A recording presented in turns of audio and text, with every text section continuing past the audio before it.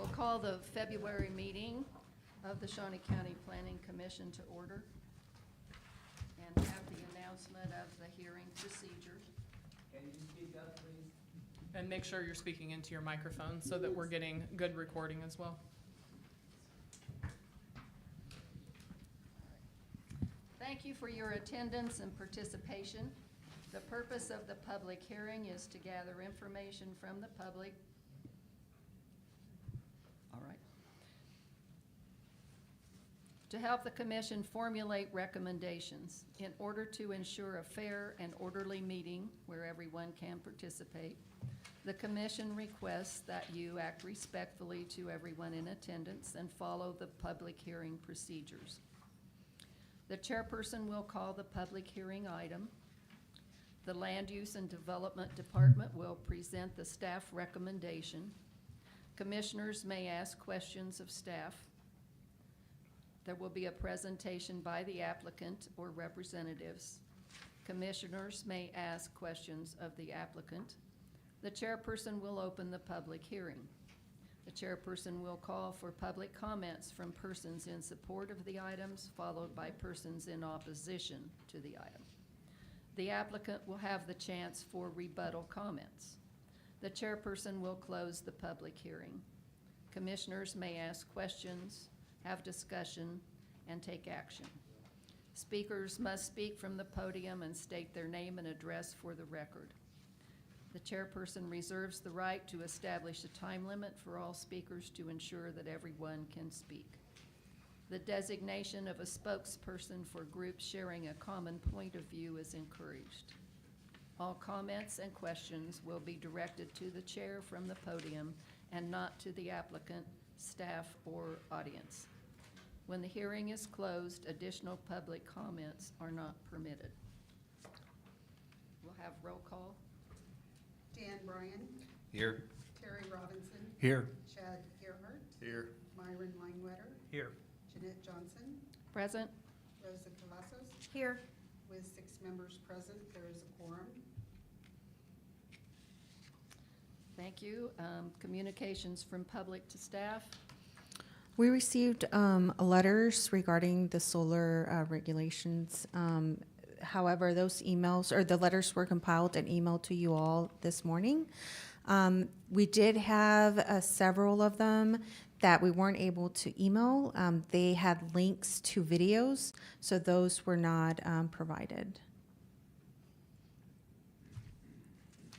Have there been any ex parte communications by members of the commission? For either the Any of solar- the cases, yep. I did receive an email mentioning the meeting tonight and encouraging patrons to attend. Okay. Is there a declaration of conflict of interest by members of the commission? Okay, the first item on our agenda is election of officers. So I will entertain a nomination for chairperson. I would nominate Chad as chair. Are there any other nominations? I would second that. Thank you. All in favor of Chad becoming the new chairperson?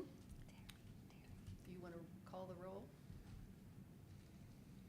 Jeanette Johnson, Yes? Myron Langwetter, Yes. Chad Gerhardt, Yes. Dan Bryan, Yes. Rosa Cavazos, Yes. Terry Robinson. Yes. The unanimous vote in favor. Chad Gerhardt is now the chair. You can pass the Me. torch. Do you want to answer Great. nominations for the- I will take a nomination for vice chair. I'd like to make a nomination myself for Rosa to be the vice chair. I would second Rosa as vice chair. Any other nominations?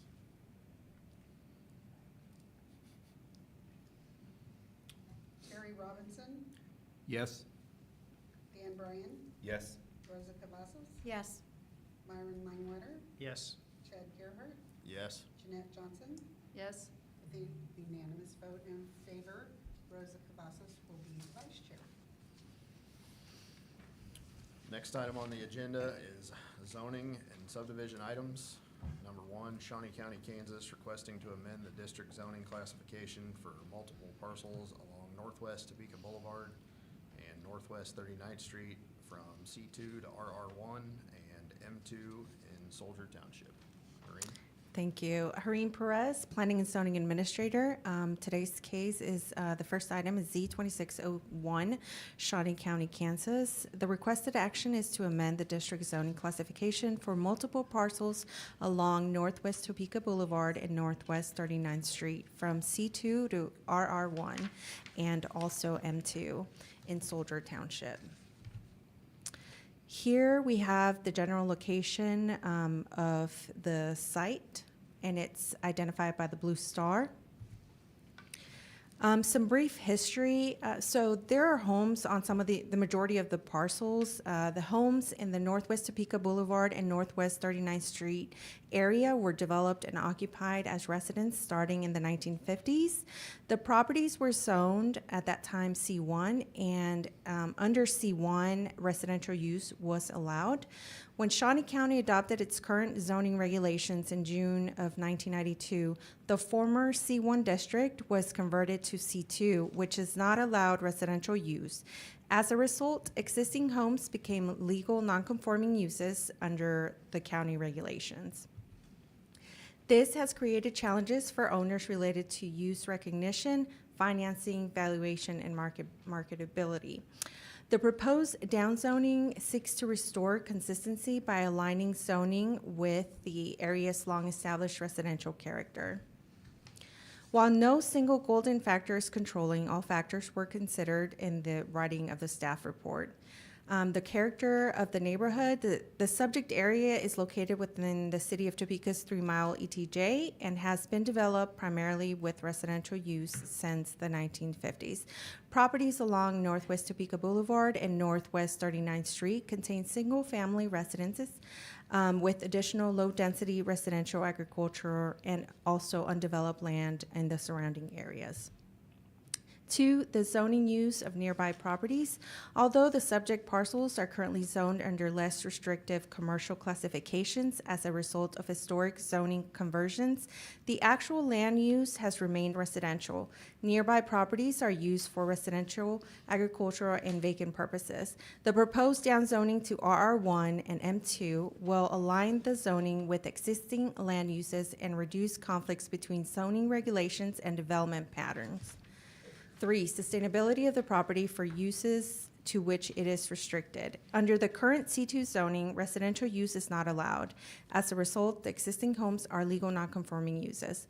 The C2 classification is not suitable for how the properties are actually used, and it limits the owner's ability to finance and market their homes. 4, extent to which the change may negatively impact surrounding properties. The downzoning is not expected to negatively affect adjacent properties and will improve neighborhood compatibility.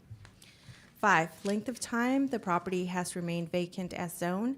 The parcels have been used for residential purposes since the 1950s due to the zoning changes approximately 30-plus years ago. The homes became legal nonconforming under C2 zoning. The land has not functioned as commercial property during this time. 6, relative gain to the public health, safety, and welfare versus hardship to landowners. Keeping the C2 zoning provides little public benefit because the area is already residential in character. In contrast, property owners have faced real hardships due to limited lending options and legal nonconformity. The proposed rezoning promotes public welfare by supporting the neighborhood integrity and ensuring regulatory consistency. Number 7, recommendations of professional staff. The action supports the long-term planning objectives and promotes zoning classifications that accurately reflect existing development patterns. 8, conformance with the comprehensive plan.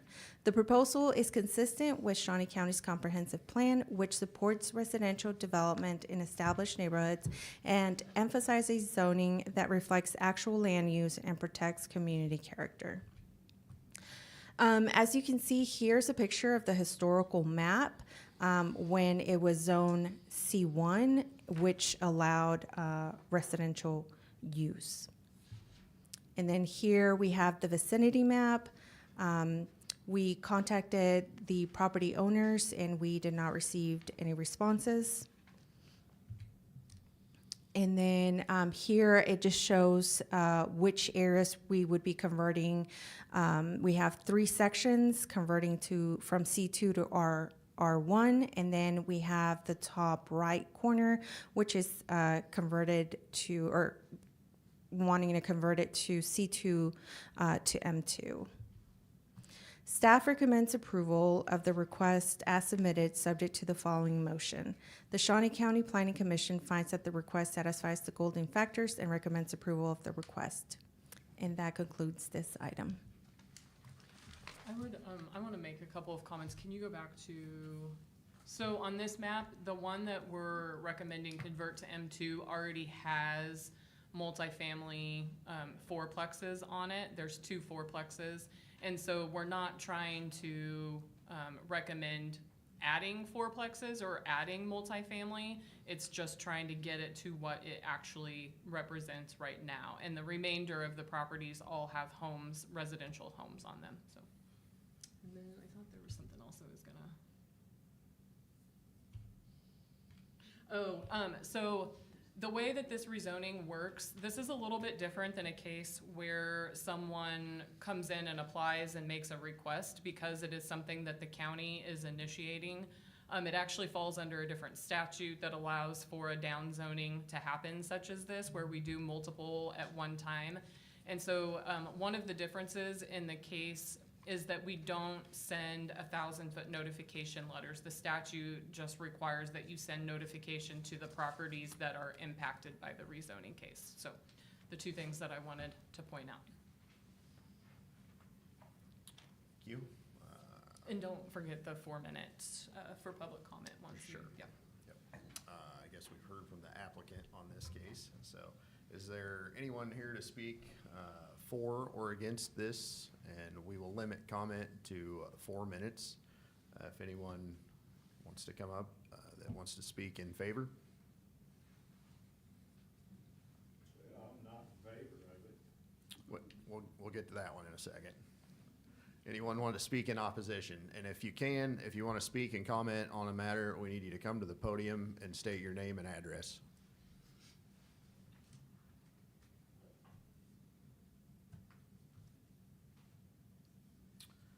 Okay. Any questions from the commission? Comment? So actually, this is just changing the zoning to how the properties are currently being used. Correct. To our understanding, yeah. Yes. And the applicant's not here? Or We are the applicant. county's You Yeah, are the the county's applicant, the applicant. okay. Yes. Yeah, I that's missed why. that, sorry. Yeah, yep, we are the That's why applicant. when you said that, I That's was why I like, said we've huh? already heard from that. And so, I was like, we so did? none of you want to speak in regards to, in favor of or in opposition, or you just wanted to say that you were in opposition to? Right. Okay, no other comments, I okay. think it's a bad move for everybody, but, Do you want to come to the podium and tell us why you think it's a bad move? I'd do better just sitting down. Can you stay right there and state your name and your address and then? Glenn Beckwith, 335 Northwest 39th Street.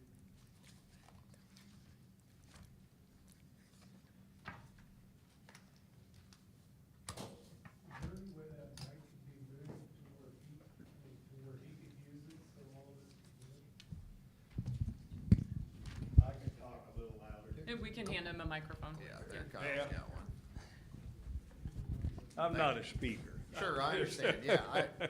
I just don't like what's going Your on. opposition, go ahead. Yeah, I don't feel it's fair.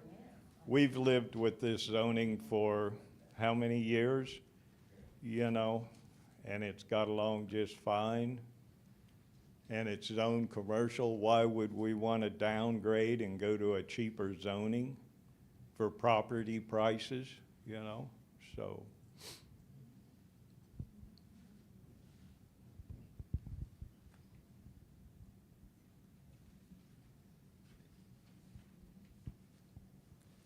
And they could always get a special use permit probably to build a house if they had to. Because that's what they done for mine when they built it. I didn't have it built, but years ago they did. Okay, thank you. Anybody? Sharon Dooley, and ours is 400 Northwest 39th. My question is, would that decrease our value a lot by changing the zoning? If we wanted to sell, would we not get as much for our property? Correct.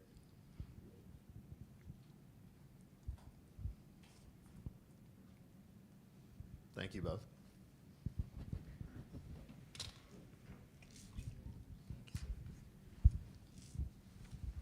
Question or comment from the commission to staff? I have a question. Does staff feel like this would affect property values? Honestly, I don't know that we can have that recommendation right now. We did not receive comment from anybody prior to tonight, so we didn't know one way or the other what the public or the property owners were gonna feel. We had contact over the last couple of years from people who've had issues either getting an appraisal on their property when they purchased or getting insurance. And so we took those items under consideration when we were making this recommendation. It might be something that we can investigate and get a little more information by reaching out to some people and getting input. If we wanted to defer action of it for another meeting and see if we can get some additional information and have the people who live on these properties contact us outside of this meeting and talk to us a little bit about what's going on at the properties. What's the zoning around it? Is it all single family? It's RR1. All right. Yes, all the green. Yeah, you can see up north a little bit is the PUD. Is that tar water? The PUD Yeah. would be tar waters, yes. Yeah, and I'm not sure the M2 on the right what that is, but other than that, yeah, all the light green is RR. I think Tarwater owns that one too. Do they own that one too? I don't know what they're doing with it. I have a question for you. How did it end up if this was a historical zoning change and this little island in red got left behind and everything else around it got? Well, it didn't. So the way that I've been able to trace it back historically was, and this is taking you back to the origination of zoning in Shawnee County. So back in the day, there were a couple of different ways we looked at it, and one was the ring of the 3 mile around the city of Topeka, and then anything outside of the ring of the 3 mile. In essence, everything outside of the ring of the 3 mile was RA, and they zoned everything inside that ring R1. At the same time, they found 4 or 5 corners such as this, and they said, oh, look, here's a good place to put some commercial businesses. Except for there were no commercial businesses in any of those spots. They just were predicting an area where they thought commercial might grow. And so we have several of these throughout Shawnee County. It just so happens that some of the others are actually being used commercially, and this one has historically remained residential. So this was done in the 50s, where they zoned it C1, but at that time, most of the houses that are there now were built in the early 1900s, prior to 1950, some of them after, but not all of them. When was the multifamily built? That was built in the early 2000s. And we allowed it on? I'm not exactly sure how that happened. Yeah, I can't that's what explain was- that. Yeah, sure. We weren't here then. Yeah, I was- yeah, I'm not exactly sure how the justification of that was. Struck me as Yeah. odd, yeah. Yeah, and like the gentleman mentioned, one of the houses that he owns that's a rental, he said was done under a special use permit, which probably made sense at the time because we had zoning regulations put in 1953, 1956, 68, or 66, 88, 92. And so when that happened, there may have been an allowance for a special use permit to allow that house to be built, even in the C2. But or in the C1, I apologize. But even at the time that C1 was in existence, when this went into play originally, residential use was an allowable use in C1. And as of today's regulations, the only place where you have the residential use is if it's a residential zoned property. So you can't live in industrial, you can't live in office and institutional, you can't live in commercial, unless it's grandfathered, such as these. If one of these houses, say, fire, tornado, burnt down, we wouldn't allow. Under the regulations, we should not allow them it to be- rebuild. To Correct. rebuild, correct. That's what I thought. And it's similar to, there's major areas. Well, there's major areas of industrial use, like along Lower Silver Lake Road, along Northwest 25th, where you see houses, say for instance, where HME is located, that's all industrial, and there's a few houses in there. And that recently, within the last couple of years, became a very big deal as well, because they own a house in an I-1 or an I-2 area, and when they purchased it, they had to acknowledge that they wouldn't be able to rebuild if something happened. And the issue becomes with the appraisals and with the insurance and what happens if something happens to that house. The banks are a little bit hesitant to loan on those situations. At this time, the property is valued at the residential rate and not at any commercial rate? Typically, the appraiser assesses or puts the use based on the actual use of the property, not the zoning. They don't just look at the zoning and say, oh, it says commercial, it's a commercial property. They look at the actual use of the property. So I cannot tell you that all of them are residential, but my assumption is that they are probably being assessed residentially. And I suggested to the owners that are here that they go look and see how they're being assessed on their appraiser site, but I assume residential. Is there any other property like that? I know you said there's some other C1 or C2 that is currently being used as commercial that was like this. Have we done this to any other residential? We, not in any time frame that I'm aware of. There was, actually, when I was still with the county counselor's office, there was an area that's zoned industrial where the property owners came to us and asked to downzone from industrial to residential to avoid this same thing from happening. And they had been zoned industrial for many years, just like this, and probably since the 60s, and chose to come in and ask to be rezoned so that this was not an issue for them. But not a county-initiated one, no.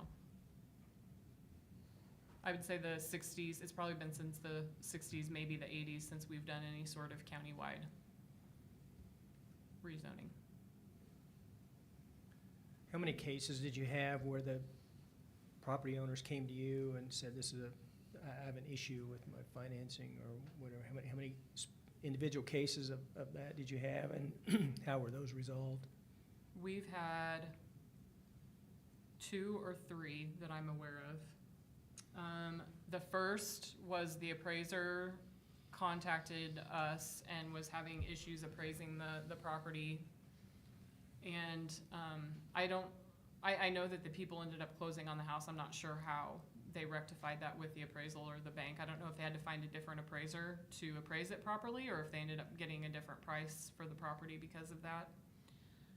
The other one that I'm aware of was an insurance thing, and that person had to get insurance for commercial insurance for their house. And then we had another person that reached out to us mid last year. She was having issues getting financing. So that was, I'm not sure what happened, but she was trying to sell and she was trying to refinance because whenever she bought the house, she took out a commercial loan and she was trying to get a better interest rate. And so she was trying to work through that. So she was being forced to do a Commercial. commercial loan Right. on a residential Right. property because of the zoning. Well, as a residential realtor, having this zoning change will make it easier for you to sell your property should you need to do that or want to do that. Now, as far as you might want to seek the advice of a commercial realtor to see if there is any interest that they are aware of in some commercial buyer. I don't know. That's not my expertise. As long as it stays zoned commercial Yeah. from the result of this hearing. Leave things alone. I have one more question or Go. one more comment. Go ahead. Our property is the one that says 400, and you can see it kind of cuts the third of the pond. I mean, so you rezone, is everything going to be zoned the same way? I mean, how did it turn out that they zoned, that is all one property? How did it turn out that it's zoned that way, in a third of the pond? We don't know how they picked the lines for this. But that's what it is currently. and Yeah. you- Yeah. Okay. Yeah. So you're saying that your property is, it's not two properties, It's it's just one one. full, the one, that one Yeah, there? it's that one. It's one. Yeah, I don't know how they picked the property GIS lines. shows that as one parcel. Yeah, That's Yeah. all one parcel. yeah, so you have a single parcel that is Dual zone. dual zoned, which shouldn't be a thing, Right. period. Yeah. Because you can't do two different things on the property. You couldn't put a house on one side and a business on the other. It's one or the other. Yeah, well, currently there was a business on currently was a business on the one that's red right now, but there wasn't on the other, so, okay. Can I ask, how long have you lived at that 400 address? We own that, it's been in the family for, I don't know, probably back in the 50s, I don't even know for sure how long. And how long have you lived at your address, sir? About 25. 25? And I did build a building on the property and got a permit to do that too, so. And you knew at the time that it was a commercial, that it was zoned commercial? Property, but I didn't have no problem getting a loan or all this stuff they're talking about. You know, when I bought the house, it just went through like a normal homeowner's policy and bank loan and so I guess, you know, why change it? My response to that would be, while I respectfully understand why they may want to sell a property as commercial, we're trying to make it consistent so that we're not spot zoning and so we don't have a commercial business located right next to a residential house. So my opinion is that it needs to be one way or the other. And what happens is when houses get destroyed, the way that the regulations read is that you're supposed to then bring them into conformance with the current regulations, which is why we don't allow people to rebuild. Because then at that stage, what we should be doing is encouraging a commercial business to go in. And so, you know, if their argument is that they would prefer to, you know, have it commercial because then they can sell it commercial, well then that causes an influx to their neighbors who don't necessarily want that to happen. And so, if that was to happen, so 3819 address there, they could, right now, they could potentially sell it as a commercial with all of the other houses remaining. And so there would be a business there, and then we may hear later, well, I don't want this business being next door in between two homes, correct? Mr. Chairman, I move that we approve the downgrade to RR1 for these properties. Is there a second? I second that. You have a motion and second to approve the downgraded zoning. Roll call. Jeanette Johnson,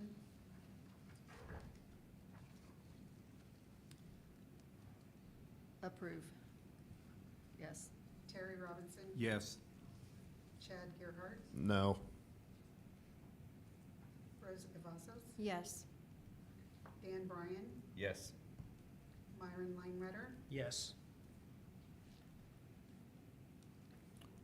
Motion passes. with the, All of you familiar with that neighborhood? Have you drove through it, seen what it was, and, but yet you want to downgrade it? Sir, so this will actually now go on to the Board of County Commissioners, and so that meeting will be on, Thursday March 12th. So March 12th. So this is a recommendation for approval of this rezoning. And so, well, the Board of County Commissioners is the one who has to officially make that decision. So if you know who your commissioner is, you can definitely reach out to them and talk to them, and you can come to the commission meeting. If you want to reach out to us tomorrow, we can get you the details to make sure that you're aware of where that's going to be. Okay?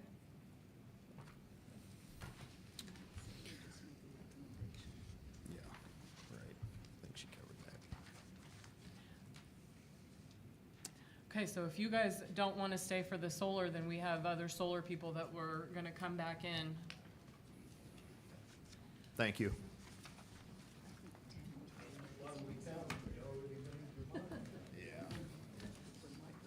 Yeah. An upgrade.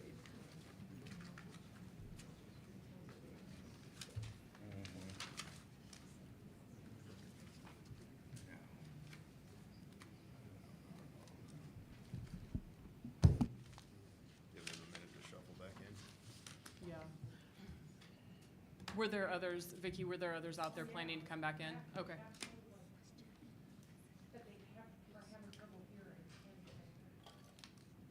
Is the sound not up on the TV or?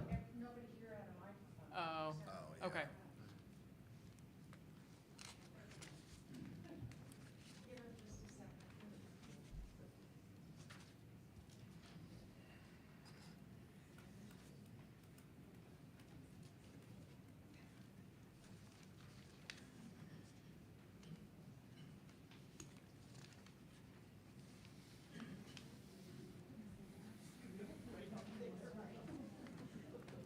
Item number 2 on the agenda is solar energy conversion systems.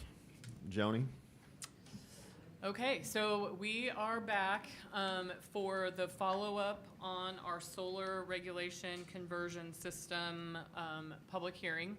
If you recall, we were here on January 12th, and at that time heard from me in regards to the regulations, and then heard comments in favor of and against the regulations. And so at that time, the Planning Commission did move to defer any action until today's date so that you had time to think things through, ask questions, and then if you wish to make any modifications or explanations or do anything else. So what I have here today is I did make a few changes to the regulations that we can go through now, and I have a couple of proposed changes or considerations that you might think about.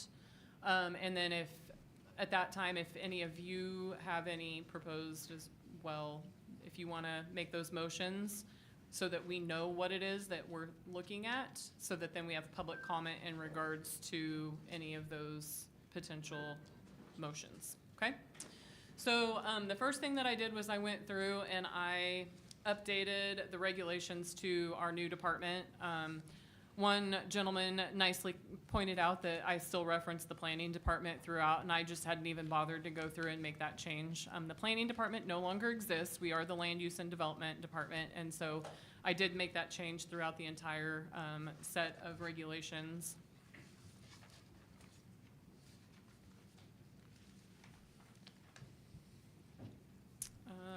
Okay, so the other thing that I have here, and this is something that we spent quite a bit of time talking about, but this is battery energy storage systems.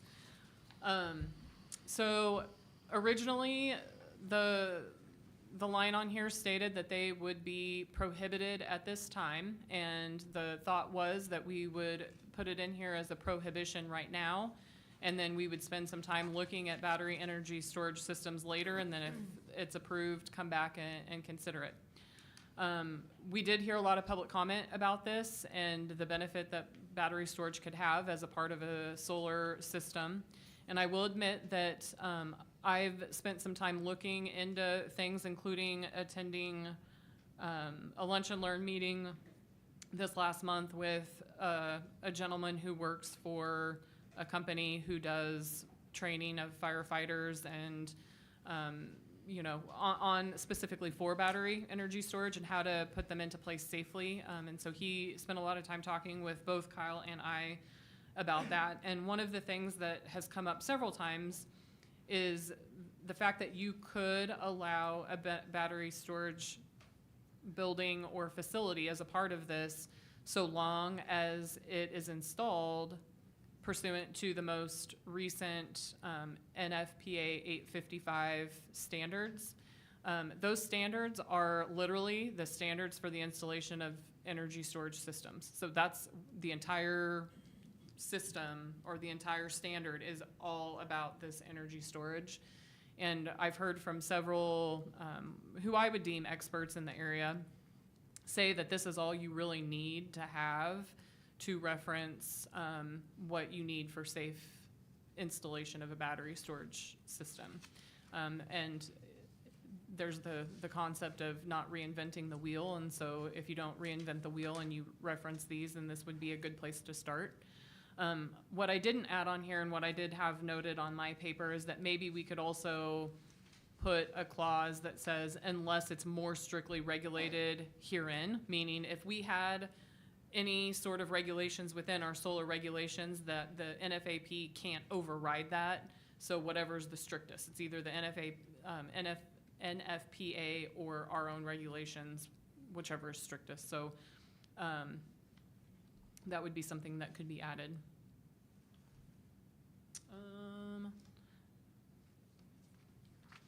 Another thing that was discussed with the county councilor and I was adding or modifying the variance or waiver clause. The way that this read originally, it made it sound like the only one who could request that waiver was the applicant. So we rewrote this so that it could be done by the recommendation of the Planning Commission, the Board of County Commissioners, or an applicant asking to waive or vary one of those minimum requirements. And that those could be considered, and then the Board of County Commissioners could approve that upon a finding that it is consistent with the purpose and intent of the regulations and in the best interests of Shawnee County.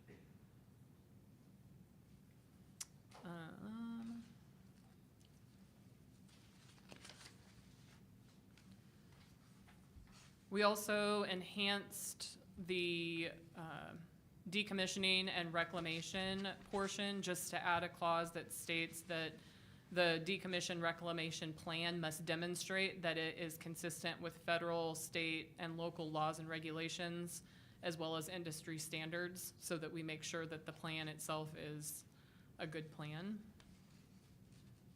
And we did something similar with the fire plan. If they're required to provide a fire plan, then they would also have to demonstrate that it meets federal, state, local laws and is consistent with industry standards. The last thing that I did was I added the definitions that were originally considered with the moratorium. That was kind of confusing for people when they saw words within these regulations, but those were defined in a different document. So I felt like it was important to go ahead and copy and paste those into this section. And so these are just copied literally word for word from the original resolution for the moratorium. And that concludes my recommended changes. Obviously, these are not ones that you have considered or approved before, so any one of you could recommend that they not move forward. But I did want to put these out there as options for discussion and if you had questions for me. Questions for Joey? Not yet. I have a question. The number 12, Board of County Commissioners paragraph. Variance or waiver is consistent with the purpose and intent of these regulations. So if an applicant shows up and asks for a variance of, let's just say, of a setback, we have a setback that's 500 feet, they ask for a variance of 250 feet. How does someone determine if that is consistent with the purpose and intent of these regulations? My argument to that would be that anytime we do a conditional use permit and you look at the golden factors and you make considerations, as long as you are hearing it in the light that you normally would a case, and you're not just arbitrarily making a decision, that you're looking through and looking at, each one of it would be case by case, why is it that this one is different? Do we ask the applicant to provide the details of why this one should be different? And then you compare it to the rest of the regulations and how it's applied. And it would be up to the board to make that finding. I have a second question. Under F, the following items are required to be submitted in each case. F, you added, decommissioning reclamation will be consistent with federal, state, and local laws and regulations. Do we know if the feds, the state, I mean, we're working on it locally here. I mean, do the feds and the state have a set of decommissioning plans for solar? Not that I'm aware of at this time. It doesn't mean that they won't in the future. Right, so it leaves it open to, I think if yeah, they do if they adopt do. the set, that Yeah. I think that there are probably industry standards that we could look to. So that may be more of a key at this point in time. But we wouldn't want to have to come back and amend things. But if there are federal or state laws that are put into place at any point in time, this would keep it consistent. My question would be, is then number 12 would then give us the flexibility that these folks are looking for in regards to setbacks, the acreage, and other regulations, then they would have, there would be an opportunity to have flexibility. That's what you're really trying to accomplish with 12. I'm sure they would beg to differ. I feel, that was my argument from the get-go when the discussion of acreage and setbacks came up, is that we do have this clause in times of those situations where it could come up. I think that they would argue that it still prevents people from coming to the table if they have to go through the fight of trying to get that variance or waiver. Thank you. Would it make the cases easier to hear though, like say we did want to adjust an acreage or a setback to get it closer to what we would think is ideal? Because we wouldn't want to have a 240 minimum and then someone is asking for a waiver for 1,500. That could, I don't know, that just seems like that'd be, it would cause a lot of difficulties in justifying that. Because if we regulate, we think 240 is the right answer. I don't know, I'd have to think about how that would look and as you're applying the golden factors to it too. Are you suggesting that it makes it more difficult if you have this variance and waiver option because it? I like the waiver option. I'm just looking at some of the testimony we heard. Let's just say we have a discussion. We raise the acreage up to 1,000. Then someone comes in and asks for a waiver for a 1,200 acre farm. Like, correct. Okay, that's a little more palatable. Goes down a little easier.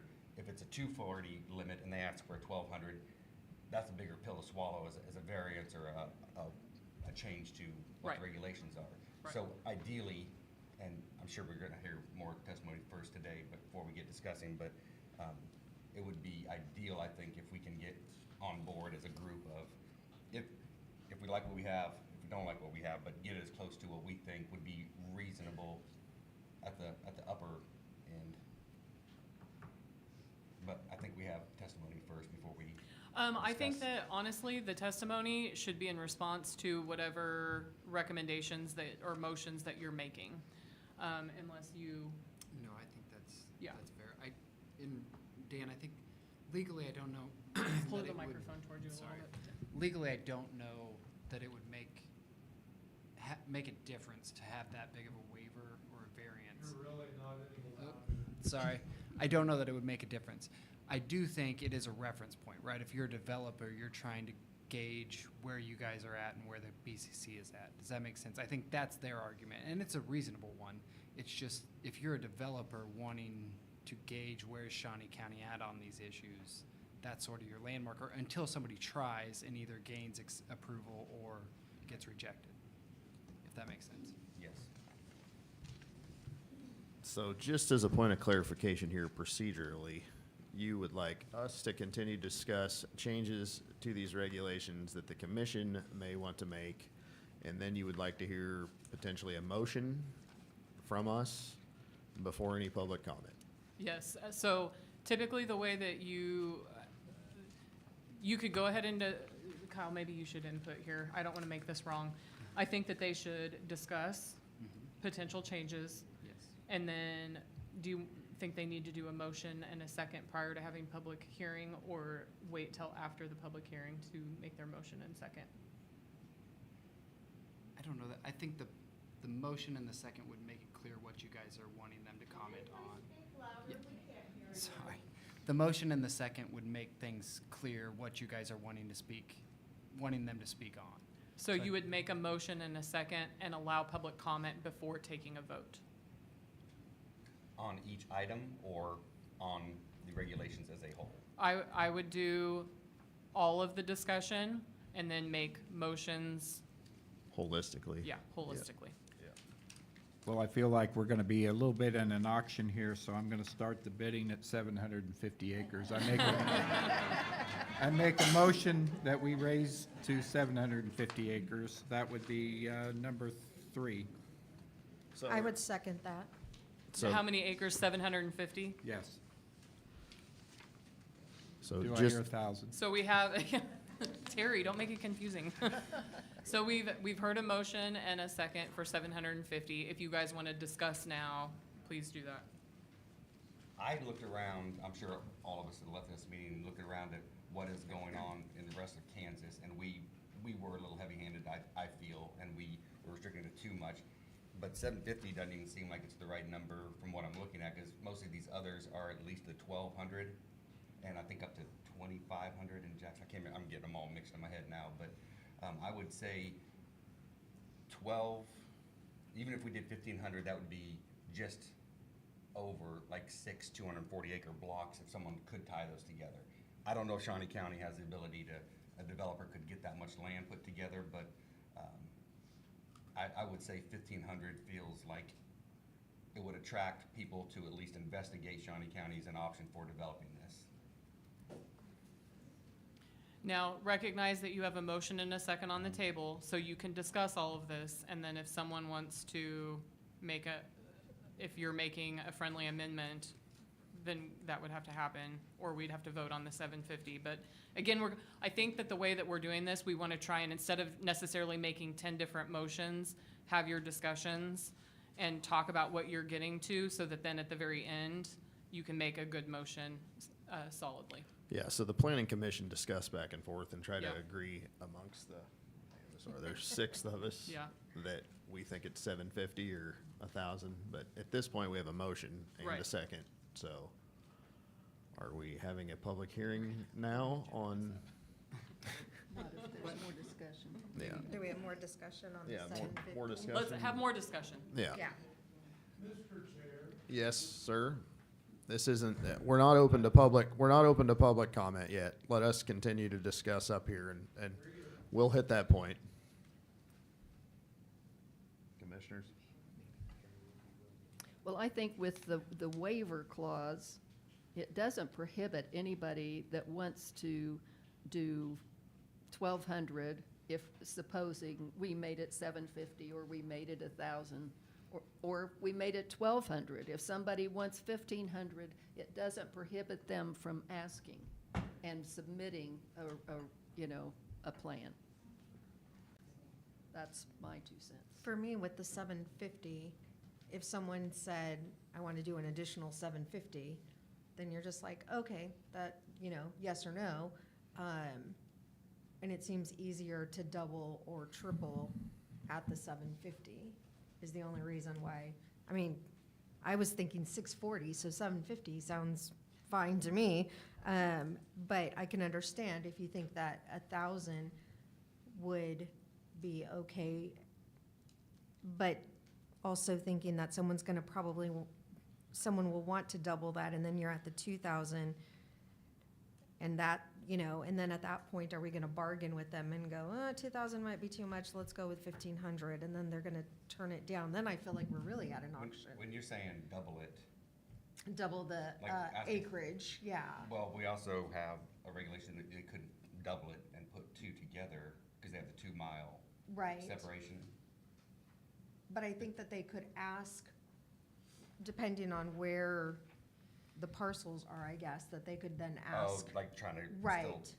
okay, I'm with you. to make it so that it's one, if that makes sense. Yeah, sorry, I misunderstood when you said double. Sorry, in my, yeah, layman's terms for me.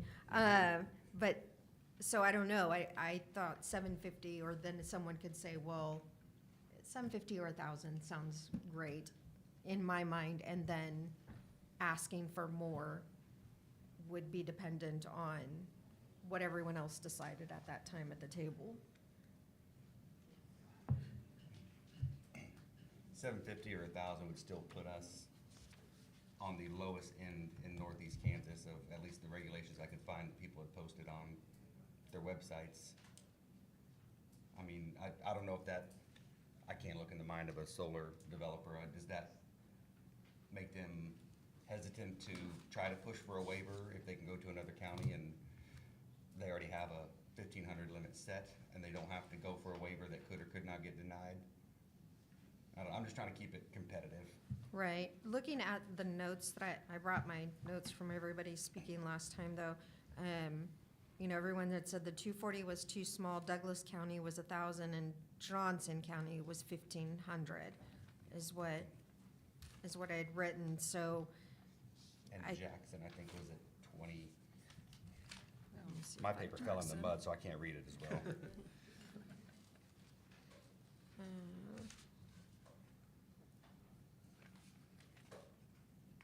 I don't know if I have Jackson on here.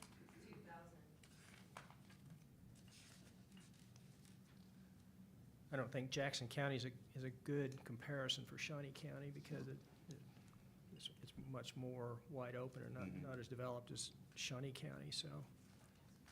Yeah, and like I said, I think a developer would have a pretty hard time piecing together that much land of willing landowners. I mean, I'm not saying it's not possible, but yeah, Jackson, Bunzi, those ones that surround us, they are a lot less densely populated. Well, and I remember looking at the map, and I had gone back to look at the map. We didn't have that much land to be able to even. We do have them placed over here. So the first one on the left is the one from 2016, and then the one on the right is from last month. So a majority of the dark green parcels that you see, those are the ones that are the largest. Really where you can see that's changed at all or the most is up here. This little area right here has changed from here. But for the most part, everything else looks pretty consistent with what it was.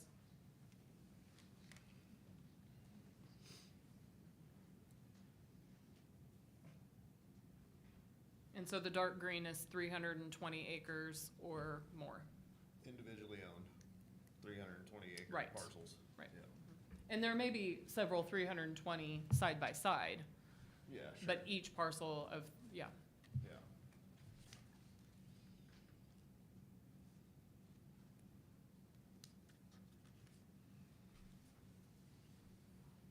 Other comment from the commission on the acreage?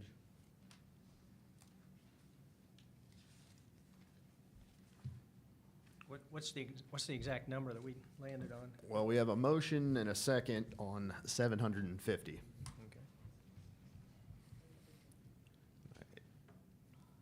A couple of different options. The motion could be withdrawn, or you can just keep discussing as you move forward with other discussions and recommendations and do one larger motion at the end, or you could make a modified motion. Yeah, I was gonna say Terry could just amend his motion to Yeah. adopt all of the other changes. Does that make sense? Yeah. So your motion for 750 could still stand, and you would just amend your motion to include the rest of the changes noted in the document.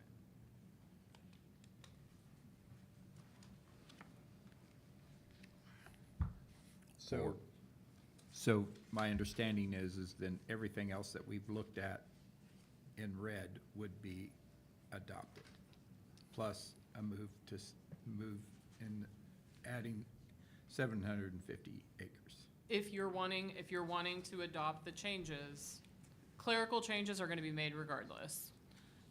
But any of the other changes, if you're wanting to adopt those, then yes, you could amend your motion to include those changes as well.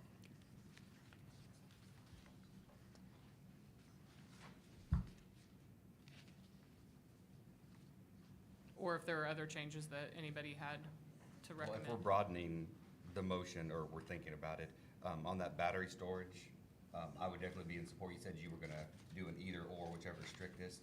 I mean, I would definitely want that language added in. Okay, So at a certain point, if we- Procedurally here, though, Terry has to amend this motion if we're. Before you can vote Yeah, on it, Before yes. we do anything, Terry would have to amend it, or we Correct. sit where we're at right now with a Right. motion and a second for 750. I'm not comfortable amending the motion. I will withdraw the motion if the second would be willing to withdraw the second. I would withdraw. Okay, that's covered now. Get you. Okay, so you guys can continue to discuss all of the things that you want to discuss now without a motion on the table. No pressure.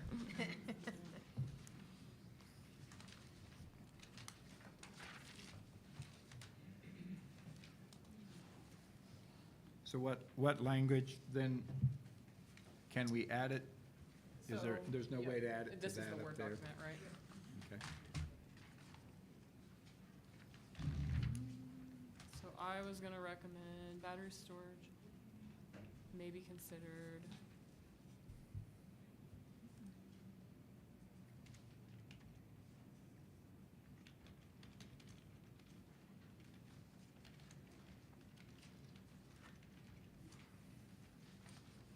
If I can read my handwriting.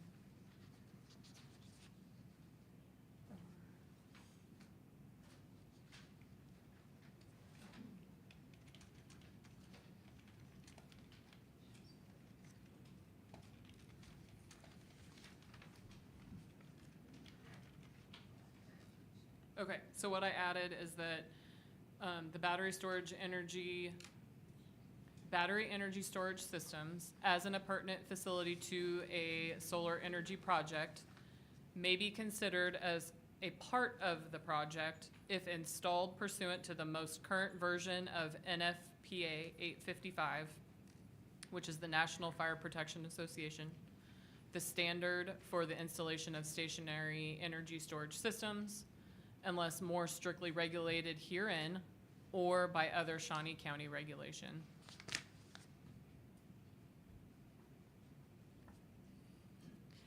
The current version is 2026, just to let you know. Yeah. Yeah, the most current version.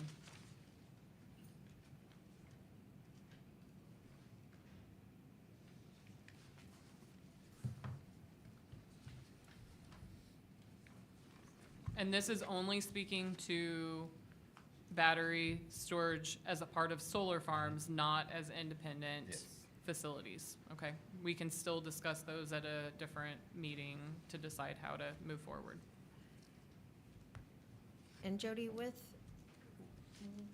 the language that is on here, if somebody wanted to do the setback, that could also be put forth before us, not just the acreage, but the setback could also be changed if an applicant wanted to.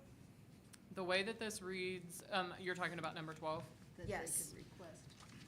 They could It may request. vary or waive the minimum requirements set forth in these regulations. So Okay. any minimum requirement that we have set, they could ask to waive or vary. Okay. Because that was another topic of discussion, was the 500 setback needed to be smaller. And I could see if the person that's making the request for the permit if they lived in the house, they might not care if it was 200 feet away from their residence. But if it is a solar installation that is next to someone else that is not a part of it, they're not gonna want it any closer than 500 feet. Correct.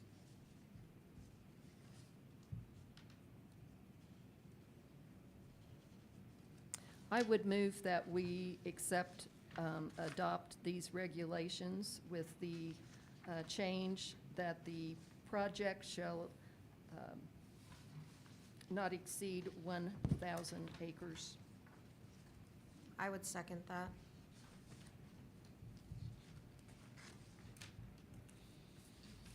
Motion and a second. Discussion from the commission.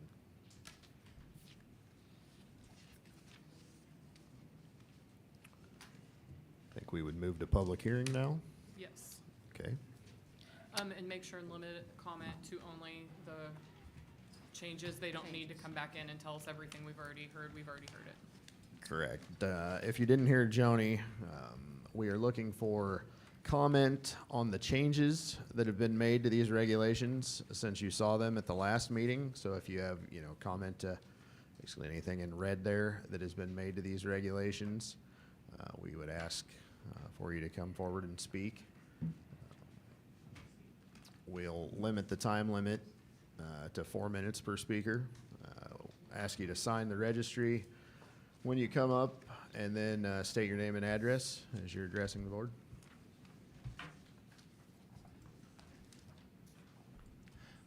My name is Donald Taylor.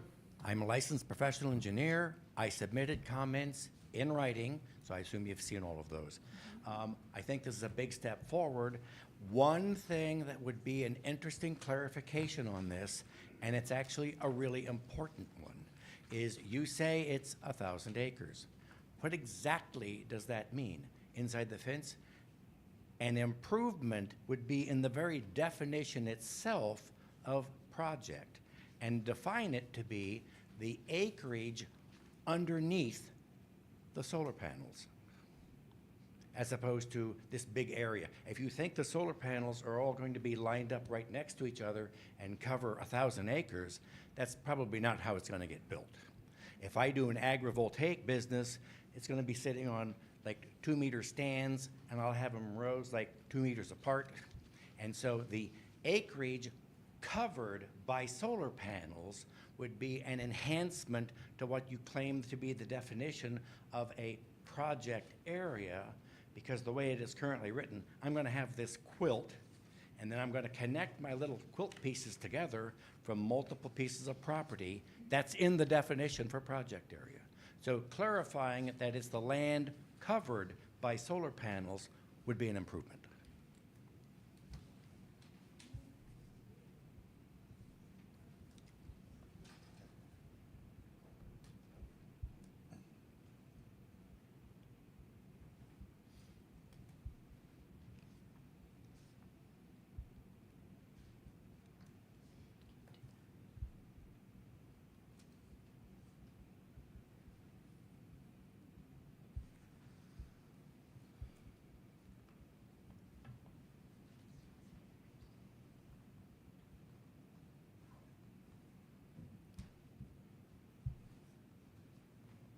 Thank you.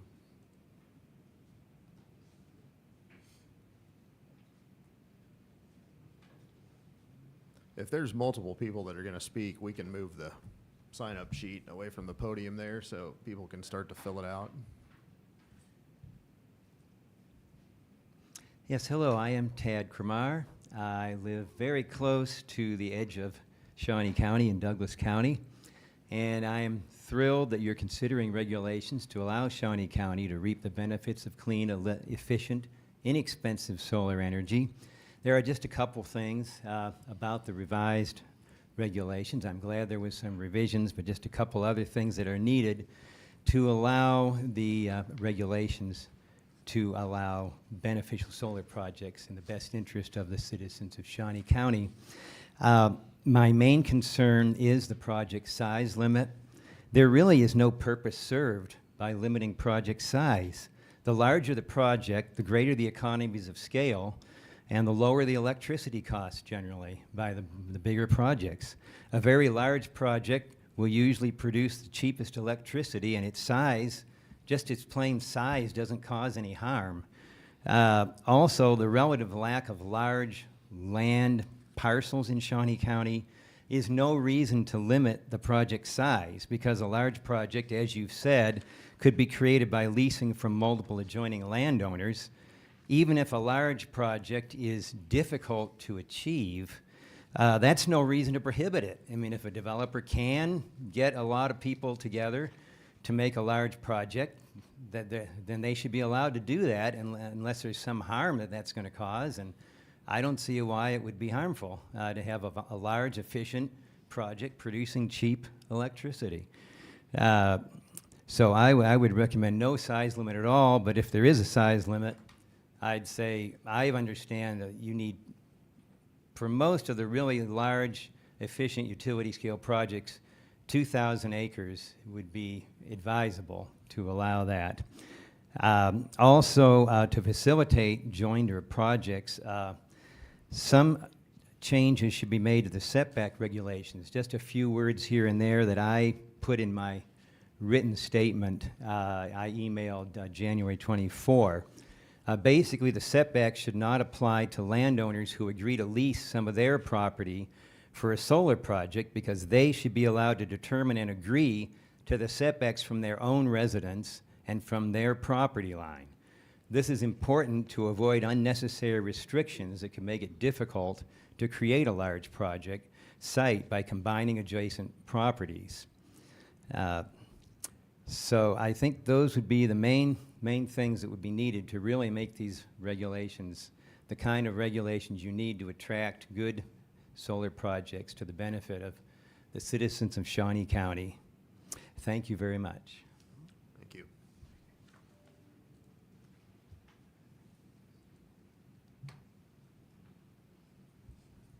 So, good evening. I'm Vicki. Can you hear me okay? Yeah, pull it down just a little bit, yeah. Okay. Is that good? Yeah. Yeah. All right.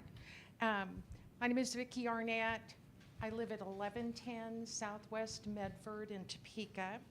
I'm testifying tonight for what I believe is the 5th time regarding solar ordinance on behalf of the League of Women Voters of Topeka and Shawnee County. We support the development of solar, and we do have concerns with the amendment as it currently stands. I do want to say this is a large step forward in terms of considering a 1,000-acre amendment to this ordinance, because our information is really that large-scale developers often have to approach 15 to 20 landowners and get them all to agree, and it need not be a contiguous acreage to comprise one project.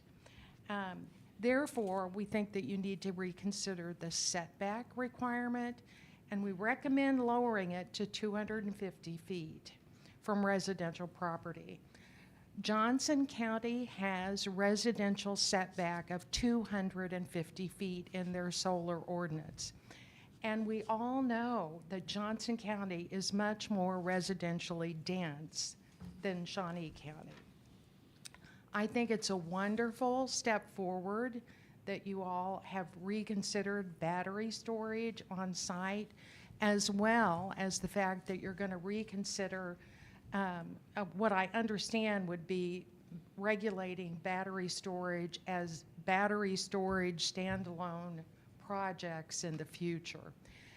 Because just as a note, battery storage serves to strengthen the grid with all the sources of power generation, coal, wind, in addition to solar. So with that, I think we're making good progress, and I would thank you for your service. Thank you.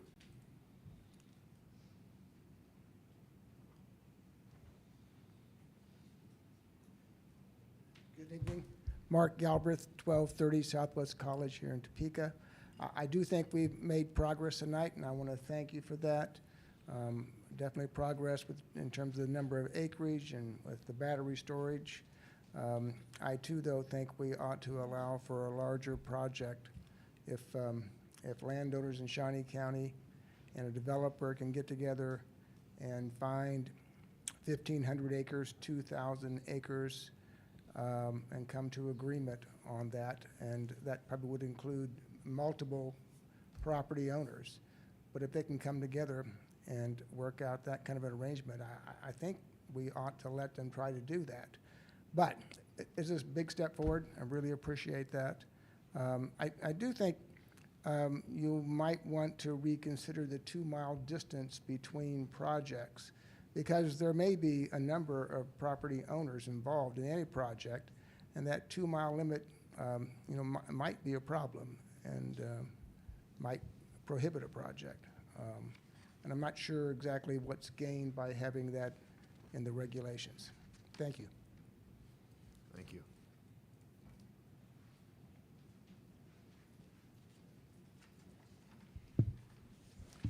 Good evening, Commission. I'm Zach Pastora. I'm the chapter director for the Sierra Club. We have 270 dues-paying members in Shawnee County and over 500 that take action with us. Thank you for allowing us to speak tonight, and thank you for the changes you made on the regulations. We appreciate the inclusion and accommodation of battery energy storage systems, so we'd support that. We'd also support your interest in a greater acreage area to 1,000 acres.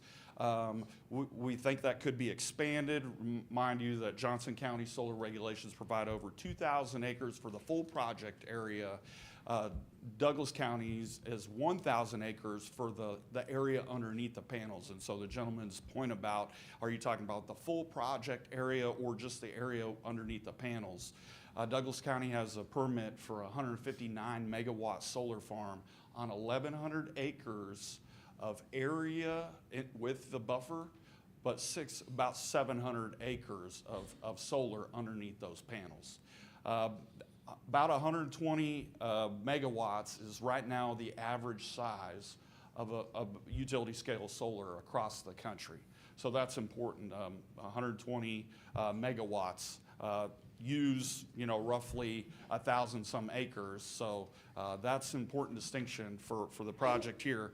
As was pointed out, if you have a 2-mile buffer strip between the areas, which is the next regulation down in your provisions, that's going to mean fewer potential projects within the county that landowners are raising their hand to say, I want to be a part of this. If you have a 2-mile setback from some landowners that want to get involved in and max out that acreage cap, then you're not able to cite another solar farm right next to it, even when you have willing property owners trying to put up their land for the benefit of the county here. So I would just offer those comments to all that. I would encourage you to take a look at Berkeley National Lab, the Energy Lab, that has an updated information, statistics about utility scale solar in America.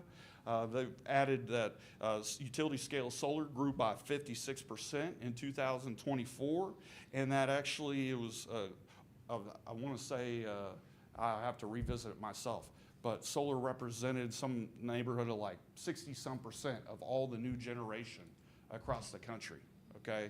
So it is a growing opportunity for people across America, but could be a growing opportunity for folks in Shawnee County if you have kind of a right-sized system for developers to be able to take a look at it and be interested. So, yeah, I think that 1,000 acres could be expanded potentially to be a little more accommodating. And then you take a look when the permit application comes up, if it passes the test for what feels right for your needs here in Shawnee County. So.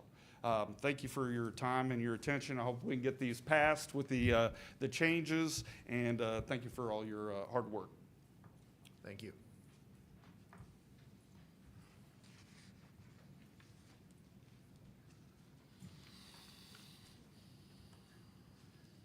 Good evening. My name is Paul Post. I'm currently the Vice President of the Topeka and Shawnee County League of Women Voters. I reside at 2101 Southwest 2nd Street here in Topeka, and I've lived there now for 46 years. And you may recall from my testimony last time, I'm the guy who put solar on my roof back in 2014, so I know a little bit about at least residential solar. I want to commend you for expanding the acreage to 1,000 I would like you to think, though, in terms of a developer. If you're a developer and you see that Shawnee County has a 1,000-acre limit, but Johnson County has a 2,000-acre limit, you may be more likely to think, well, maybe we should, rather than have to jump through all the hoops, maybe we should just apply over in Johnson County, since we know that they're a little bit more accommodating to our needs. I'd also like to bring to your attention, and this is new from our last meeting, in Bourbon County, Fort Scott, rather small county. We've talked about Douglas County, we've talked about Johnson County, but Bourbon County just inked a deal with Tennyson Creek Solar for 300 megawatts of renewable electricity that includes a battery storage component. Now, I searched rather significantly, spent some time trying to find out how many acres they actually applied for. They didn't put that in the, this is a press release or a news article from the, it's online from the Fort Scott Business Daily. And so you could see there what I'm talking about. But 300 megawatts is probably in excess of 2,000 acres there in Bourbon County, Fort Scott. And of interest in that article is also the fact that they're predicting, this is a 30-year project, and it also included decommissioning requirements so that the developer will be responsible for paying for those decommissioning requirements at the end of the 30-year period of time when the solar project is dismantled, essentially. But during this 30-year period of time, they're anticipating $94.4 million in tax revenue to Bourbon County. And so that's over $3 million a year in additional tax revenues to the county. And so that's, I think, an important consideration that I haven't heard really much discussion about, but being welcoming to solar developers who are going to develop a large-scale industrial solar project, to then be able to pay this type of tax to the county when, of course, the county is always looking for new sources of revenue. I think that's an important consideration. So I thank you for considering the expansion to 1,000 acres, but I would ask you to maybe consider even more than that.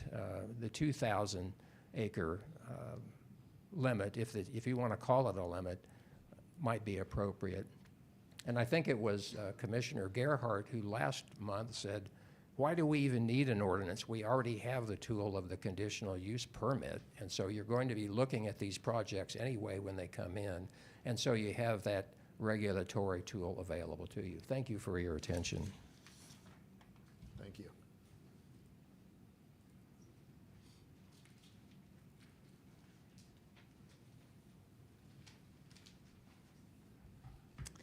My name is Justine Grieve. I'm at 2424 Southwest 26th Drive in Topeka. I just have a couple things I wanted to say. One, I was thrilled to see that you've allowed for battery storage. I really appreciate that the staff went out and did some work to learn more about that and the necessity of it, and get assurance that it's not as big of a concern as perhaps it was initially thought to be. So I really appreciate that. I appreciate that you're considering raising the size limit to 1,000 acres. I don't feel like I fully understand what the concern is with going larger. I feel like you said this is kind of like a auction bidding here, and I want to know why, like what the fear is, I guess. So if you do limit the size to 1,000 acres or something under 2,000 or whatever, I would just love to hear your reasoning for that and what the justification is, what the benefit to Shawnee County is to keep that smaller, what we're trying to protect ourselves from, I guess, by raising the limit. So thank you very much. Thank you.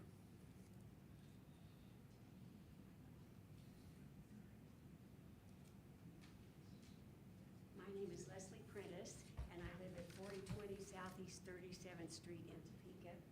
And wow, you really messed up my comments. And I thank you very much for the changes you are making. It's really good. I do want to say that when Can you put in- turn the microphone down Okay, towards I'm you? sorry, Yeah. I'm short. I do want to say that when you put in the paragraph that allows exceptions, to me, that's just going to make a developer go, well, what grounds are there exceptions based on? And I think why not just up the limit, and then if you don't like, what they're doing, you can look at that and tell them they need to make changes. But I think procedurally, just, kind of giving a blank, you can ask for an exception is not a good way to actually have a procedure. You're going to end up having to do things that you wouldn't have to do, if you had 2,000, and then you wouldn't have to do those things. You wouldn't have to look at exceptions. And then I also wanted to say thank you so much on the battery. I have some testimony from a developer that I was going to read, and he was really dead set against the batteries because that gives the intermittent use of power, which increases, what you can make off of electricity, and you use it at the prime times you use your cheaper electricity. So I'm glad you did that. Do you want me to read his testimony? It also has something to do with another part of your regulations that he found. I'll tell you, his last line is, Can you speak into the microphone, please? I'm sorry. I'm very sorry. He felt like this was, upon reading these regulations, it seems the message the county wants to send to renewable developers is buzz off. And we want solar energy. We want that economic development. We want that tax increase, and I know you all realize that we need that. So I don't have to read his testimony, but I will if you're interested. But there's just the one other thing that the decommissioning and reclamation plan, he didn't like that. He said that how are they going to know where solar panel disposal technology will be in 30 to 35 years when the system is decommissioned?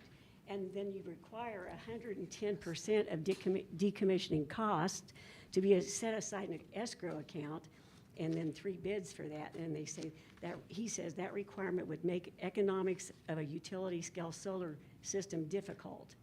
And also, what company in their right mind would provide a bid for decommissioning work 35 years in the future? So I think you could, get some of the detail out of that, and like has been suggested,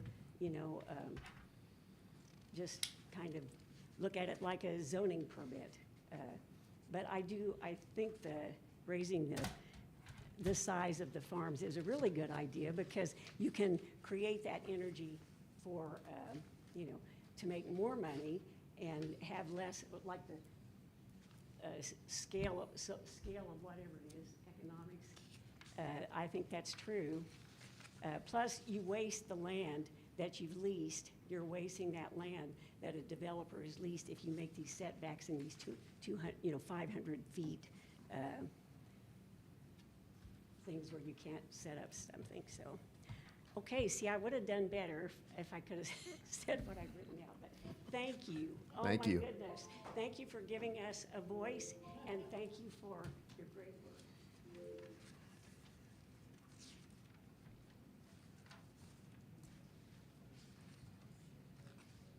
Anyone else?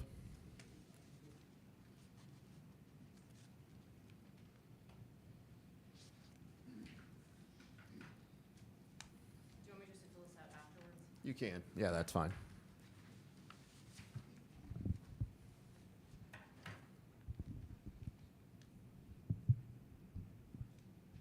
Is this right? Is this the one I'm supposed to be moving, or is it this one?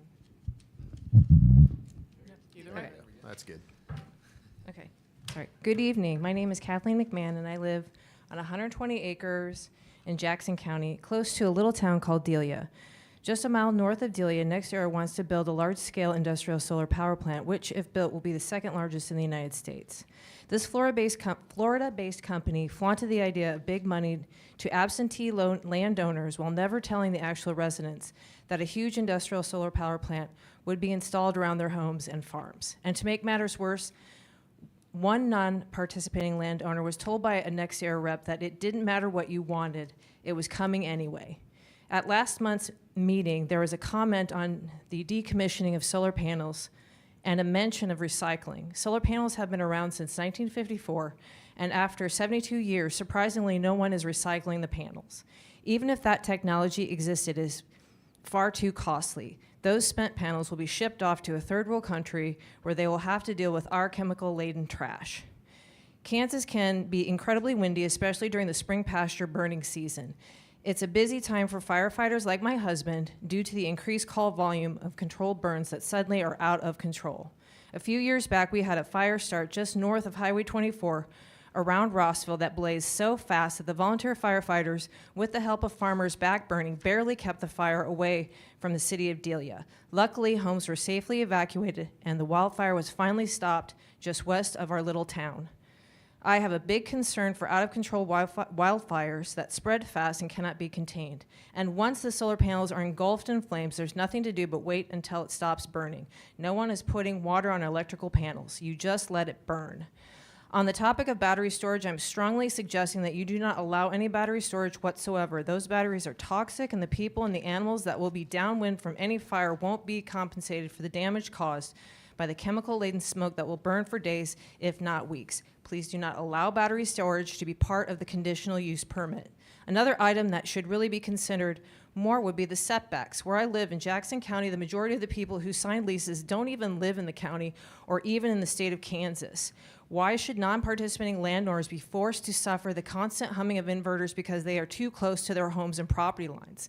No one wants to be surrounded by miles of solar panels and inverters, so careful consideration for non-participating landowners who are losing the value of their homes is a must. The industrial solar power plant model is obsolete. In our case, we are told by NextEra that the 5,000 acres will generate 500 megawatts. It won't. Out of the box, the solar panels are at best 25% efficient, which means at peak daylight hours, it is really only 125 megawatts on a 5,000 plus acres. To compare, Jeffries Energy Center has a building with 3 stacks that is only on 123 acres. Each stack produces a maximum of 750 megawatts per stack. All 3 stacks together produce 2,250 megawatts of power. That's 24/7 reliable, constant power. Solar cannot come close to that kind of power. 3 to 5% is all that the renewables will ever contribute to the grid. All of this is to say, please take your time, consider those that will be forced to live around an industrial power plant. Consider firefighters that will be needed if this is placed in a rural agricultural area. And if you want, go to the Jackson County Commissioner's website. There you will see the solar regs that our planning board is working on at the moment. Thank you. Thank you. Diane Denham, rural Northern Osage. And my concern regards the fires and the setbacks, and I'll explain to you why. A recent report by Fire Trace International found that the solar industry is potentially underestimating the risk of fire at solar farms, particularly or partially due to shortage of data, as many of those fires have been reported as other rather than solar related. Their report titled Hidden Danger: Why Solar Farm Fire Risk Could Be Greater Than You Think. And it reports that solar farm fires are seeing a sharp rise at this time. Business Insurance Magazine states, to be clear, fire risk is present across all utility scale, high voltage renewable energy, from wind to solar to battery storage systems. Fire risks cannot be totally engineered out. With additional solar energy, the number of fire occurrences will only increase. In our work, we have seen solar farm fires result in losses which encompass the entire solar farm, with the potential to spread and endanger surrounding communities. As a result of fire, wind, and hail potential exposures, insurance companies will likely start increasing rates or just dropping insurance for properties bordering or near solar fields. So think about this. What if a huge solar farm fire was coming towards your house and property? Would you be concerned that it is so close with the current setbacks? And then who will pay for fire or other damages from the solar farm to the non-participating landowner if their insurance is canceled because of the solar farm. Now, here's a couple of just quick examples. Eagle Point Solar Farm in Oregon had 2 fires within 2 months in 2024. Both were caused by overheated electronic panels that dropped molten electronics into the dry grass. Battery storage fires are extremely serious. They can burn for days, smolder for weeks, produce toxic gases and smoke plumes that extend for many, many miles. One in California went 27 miles. And of course, everybody had to be evacuated. They cause numerous health issues, such as breathing issues, exposure to cyanide, lithium, cobalt, nickel, manganese, PFAS, which are the forever chemicals in the water, in addition to damaging crops and animal health. You can be sure that the 1,202 residents with a combined total of 31,072 acres who signed petitions against industrial solar in this county are concerned about the fire danger, in addition to the possibility of having their insurance canceled because of the solar farm, and reduced property values since no one wants to live near an industrial solar complex. So for the above safety reasons and more, we would like to suggest setbacks of 1,640 feet from residents, and this comes from gosolarfloridastate.org. Additionally, 500 feet from property lines, 600 feet from other structures. And even with those setbacks, they could still be in a danger zone in case of solar farm fire. So thank you very much for listening. Appreciate it. Thank you.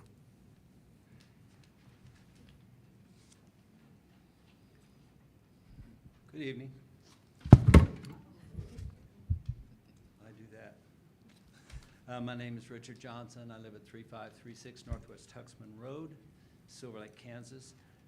750 acres, that's a square mile. I would say go back to 240 like we started with the last. Imagine living in the residential area or in a county out there, and you have this nice pristine farm that you have, and the neighbors next door die, and they send or will that property to a kid that lives someplace in California or New York who doesn't want to have anything to do with it, and he turns around and makes it an entire solar farm. That's an eyesight, but it's also going to affect my land because my property value is going to go down, and the site is going to be horrible, especially when you put in the battery aspect of it. I'm going to go back to just the fact that there are fires that occur at solar farms, and we can't get an accurate number because some places list it as the other. It's they don't signify the fact that it was a solar farm or a battery farm. That's being changed, but nonetheless, it occurs. The small sites, they don't pollute a lot of considered significance. The real issue is when the battery farms catch fire, which has already been talked about in regards to pollution. I won't repeat what you said, but I will look at it this way. An electric vehicle, to put a fire out for an electric vehicle, takes a minimum of 2,500 gallons. A gasoline car is 1,100, and that's from a fire chief that I talked to. The big concern that we have here is that solar farm, or the battery farms, take somewhere around 50,000 gallons to suppress it, 50,000 gallons. So a lot of sites have made it mandatory that you have 10,000 gallons of water on site. So the problem we have with the rural areas is they have a little bit of equipment to do a little bit of fighting, but they're going to rely on Topeka. And then the hazmat's going to have to come out because of all of the particulate matters, the organic and inorganic materials that go into the air. The other issue is insurance. If you have a fire and it bleeds over into my property and we can't get it cleaned up, who pays for that? Does it come out of your pocket? Your home insurance, they're going to change it, you know, and so we run into a lot of problems like that. But the fire is definitely an issue. The acreage is definitely an issue because there are people who are passing away and they're donating this land to a relative that doesn't care. And again, we start eroding everything there. The solar aspect of this has been a Ponzi scheme from the beginning, promising a lot of stuff, but our electricity isn't going down. Our value is going to go up. Wyandotte is getting hit right now with a huge battery farm back up because wind and solar doesn't work. It doesn't keep a constant thing. And I don't have any connections of where I can find if my little solar farm that's over here behind my house, how much it actually puts out, if it's putting anything out at all. Yeah, how do we differentiate from that? And weather has an effect on all solar. Gets too hot, doesn't produce. Gets too cloudy, doesn't produce. And those are things that we need to consider on this. So 240 acres is, as far as I'm concerned, too much, but going up to 1,000 or 2,000, I think that's ridiculous in my opinion. Thank you.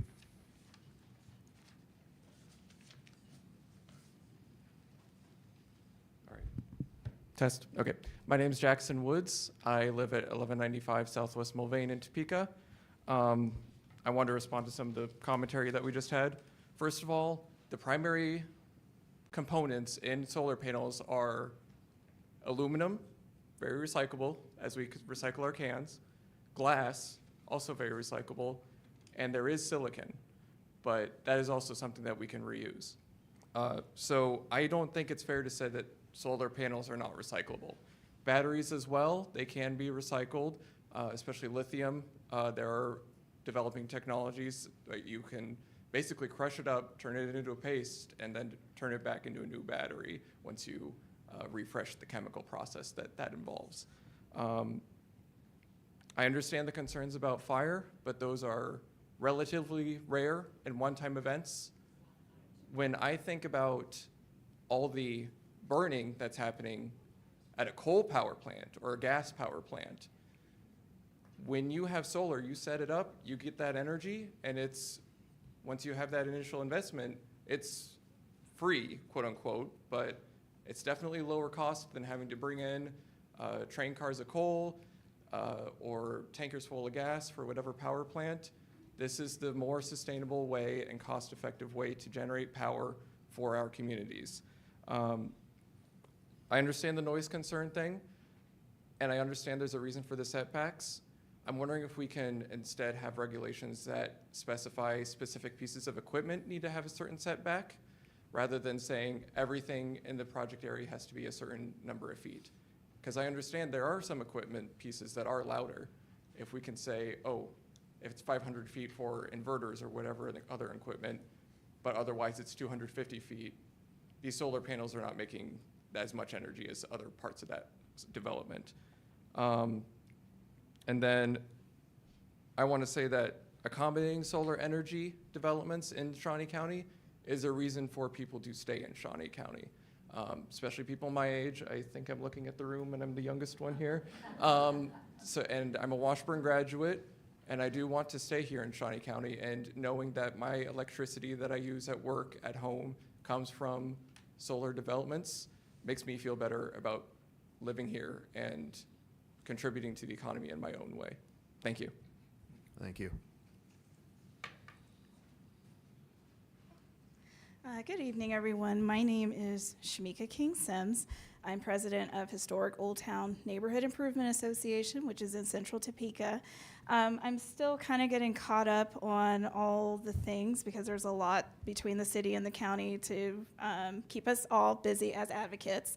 The thing that I wanted to just kind of draw the through line, perhaps, because my neighborhood is so old, we have a lot of lots that have underground kind of oil from points of time where there were gas stations and a bunch of like auto places that were, you take your car to fix things. And what that has done is that has slowed down the ability to turn over property because we need to get those tankers out of the ground. At least according to KDHE guidelines, and that's a very expensive process. So as I'm listening to the, conversation around battery and putting it into the ground, my thought is, as, gas and oil were at one point the power du jour, now we're moving to solar. What is that going to look like when it's no longer solar or we have something else that replaces it? And people are looking for ways to safely get it out of the ground and can't do it because it's cost prohibitive. So I'm not discouraging. I'm just saying there are long-term ramifications that I don't think that we can honestly say it's one way or the other at this time. It's just something that we need to be mindful of, because these spaces are going to need to be redeveloped at some point. And at that point, are we just passing the cost along to someone else? So thank you for your time. I appreciate it. Thank you.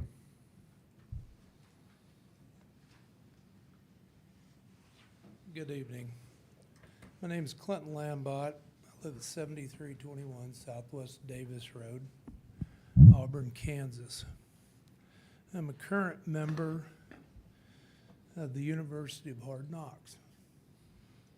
I do not have a college degree, and I'm not an attorney, but I think if you listen to both sides of this, you know, I could go either way on it, you know. But some of the items that you're looking at is on that item number 12. I think there's a lot of gray area in that. I mean, even at your current 240 acres, you could always do a waiver. My question is, who's going to control that waiver? Who has the control of that? And there I'm looking for an answer. Who controls that? In your earlier part of your meeting, the folks up here talking about the rezoning, I sit there and I listen to that and I think, you know, you had it one way, and then you changed it to another way, but it sounds to me like you didn't abide by that other way. You know, they brought up, well, there was a house brought in, you know, and don't know how that happened, you know, or maybe a business coming, don't know how that happened. There's no disrespect in this comment, but I'll tell you how it happened. Right back here. So if you've got enough money, if you know enough people, you can get about any of this changed around that you want. Just in my schooling, a square mile is 640 acres, folks. It's not 700, it ain't 400. 640 acres. One of my concerns in you folks upping this up to 1,000 acres, 2,000 acres, whatever. In the earlier meeting, or the last meeting, I was hearing about the airports. Okay, sounded like the airports had signed off on 240 acres. But has the airport signed off on 1,000 acres? Have they signed off on 2,000 acres? Have they signed off on 5,000 acres? 10,000 acres, if these folks would like that. Just some things to think about. Where's this power going to go? Folks are wanting cheaper energy. Hey, I do too. I would recommend that if you move forward with this at 240 acres, 10,000 acres, you make it to where that energy stays in Shawnee County. That is how these folks' bills are going to get cheaper. Because don't be fooled. Your energy costs are not going to go down. Not electrical. They are not going to go down. You can put a 50,000 acre farm out here. It's not going to change. Nobody said anything about transfer lines. Okay, you got these power plants or these solar panels. How's that energy going to move around? And are they going to do eminent domain for the transfer lines? Thank you very much. Thank you. Hi, good evening. I am Vicki Lambott, his other. I live at 7321 Southwest Davis Road, Auburn, Kansas. What I want to ask is basically what he asked the last. I know that they can't come take my land for the panels. I'd have to say yes. But the battery stations and the transfer lines, they can come through my land, and can they take it? Because I think, I talked to you last time, and I just wanted to know, to me, that should be part of that, where they can't just come in and say, okay, we're going to go across your land and we're going to take that. I didn't want the panels, so I'm asking you that question. I do have neighbors down the road that have the panels on their house. They've had them there for years and in their land. They benefit. They do benefit because it's theirs. But if you have these big solar farms, like he just said, it's going away. It's being bought out, and it's not coming to help us here. Let's see. Also, I am a Free State. That's my electric company. They put the big farm in there on Auburn Road, and my bill has never once went down. Not one dime. It's only went up. So, thank you for your time. Thank you.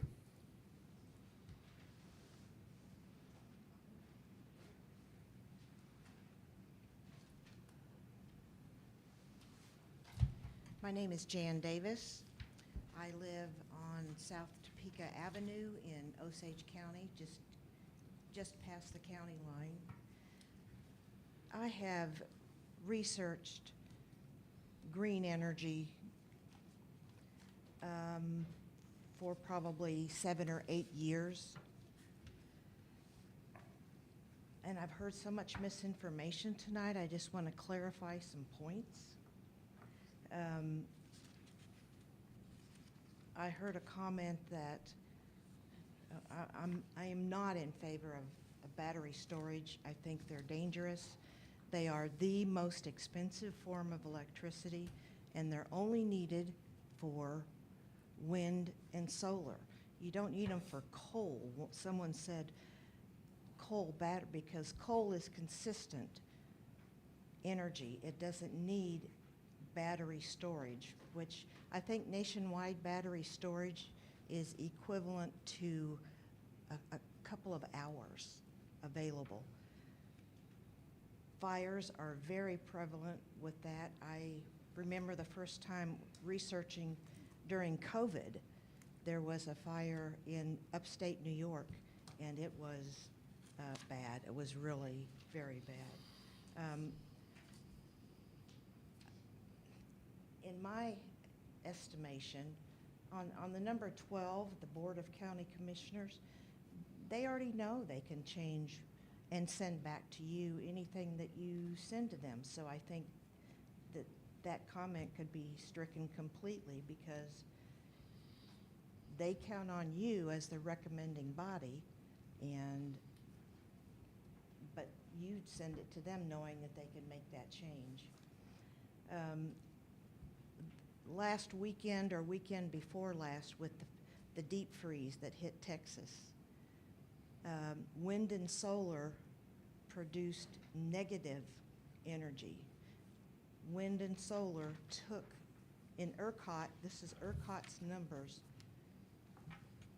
they took more energy from the grid than they produced.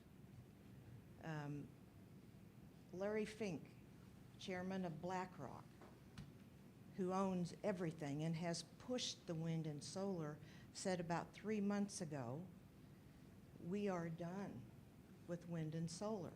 They are inconsistent. They cannot provide us the power that we need going forward.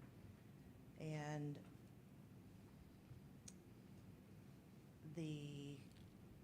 somebody said good solar. I don't think there's such a thing as good solar. But,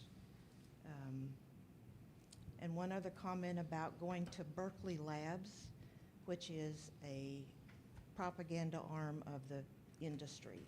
So you will get a very slanted numbers if you go to Berkeley Labs.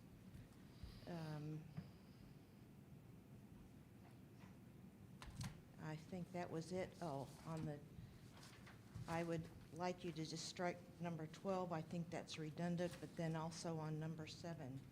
I'm very disappointed to see you put in battery electric storage systems. I think they need to be prohibited until you can get a little bit better idea of the safety of the requirements. All of these are going out in rural areas, and the rural fire departments are volunteer.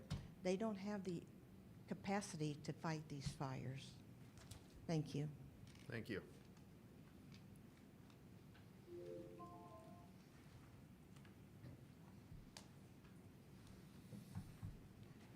Anyone else? With that, we'll close the public hearing portion. I believe it stands right now that we have a motion and a second to approve the regulations as presented with the one amendment of increasing the acreage from 240 to 1,000. Does that motion include the language on number 7 with the battery storage? It does. As presented? It would, yeah, it would include all amendments that Joni has made and the. Whichever is strictest. Yeah, and the. Didn't you add that? She added some language on the screen. It would include that as well, and then it would include 1,000 acres.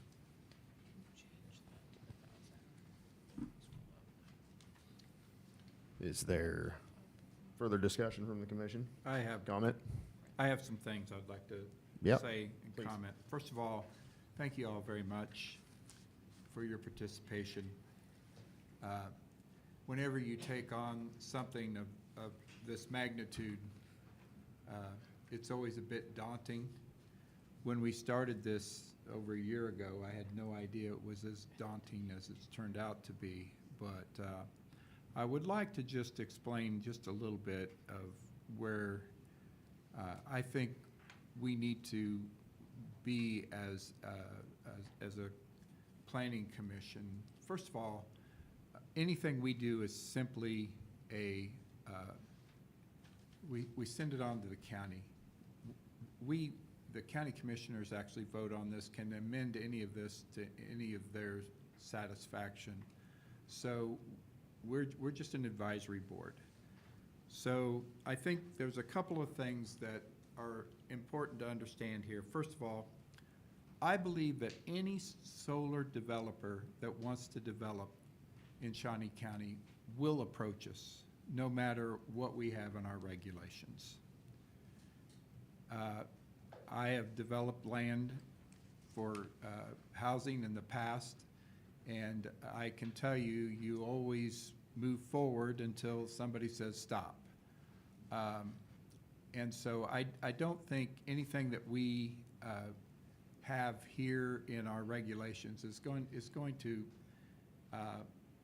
cause any developer to not consider Shawnee County.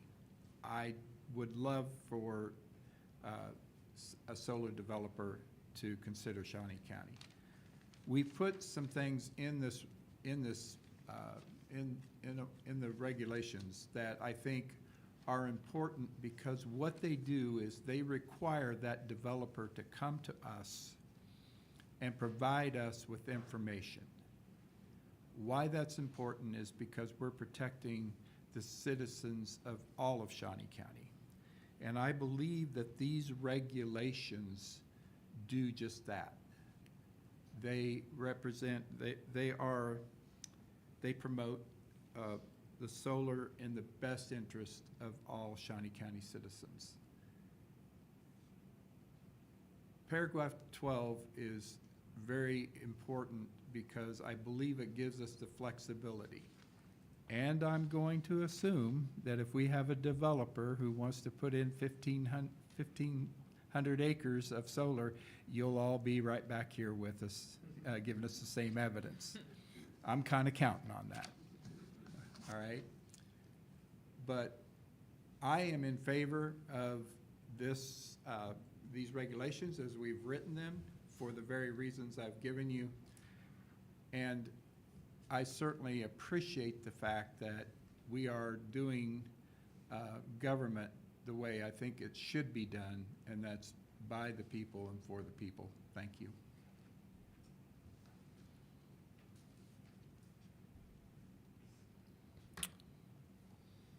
Any other comment?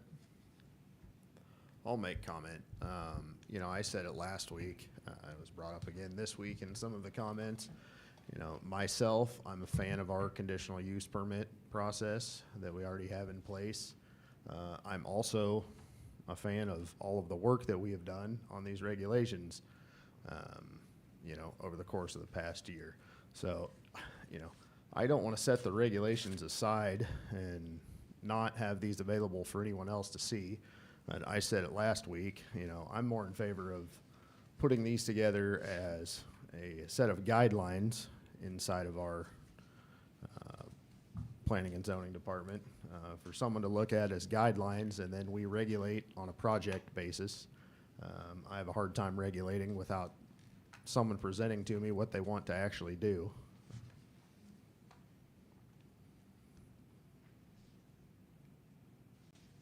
Any other comment? I think that would probably take us to a vote.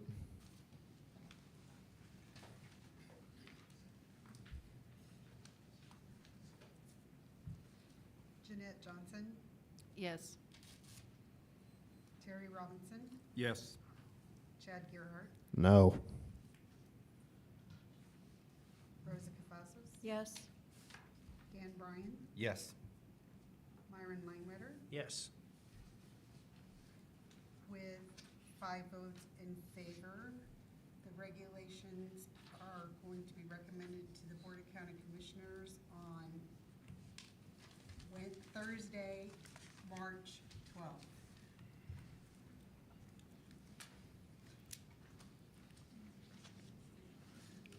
Thank you. Is there any public comment on non-agenda planning and zoning items?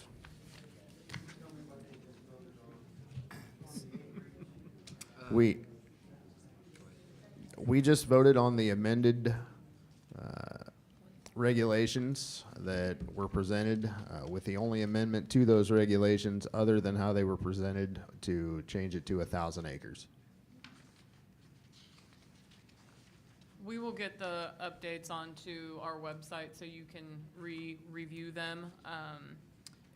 Give us a few days to get them up, and keep attention to our website as well, the Land Use and Development website. If for the intent will be that we'll send this to the Board of County Commissioners on March 12th, but if they tell me that it needs to be scheduled a different date, we will make sure and get that information out to you.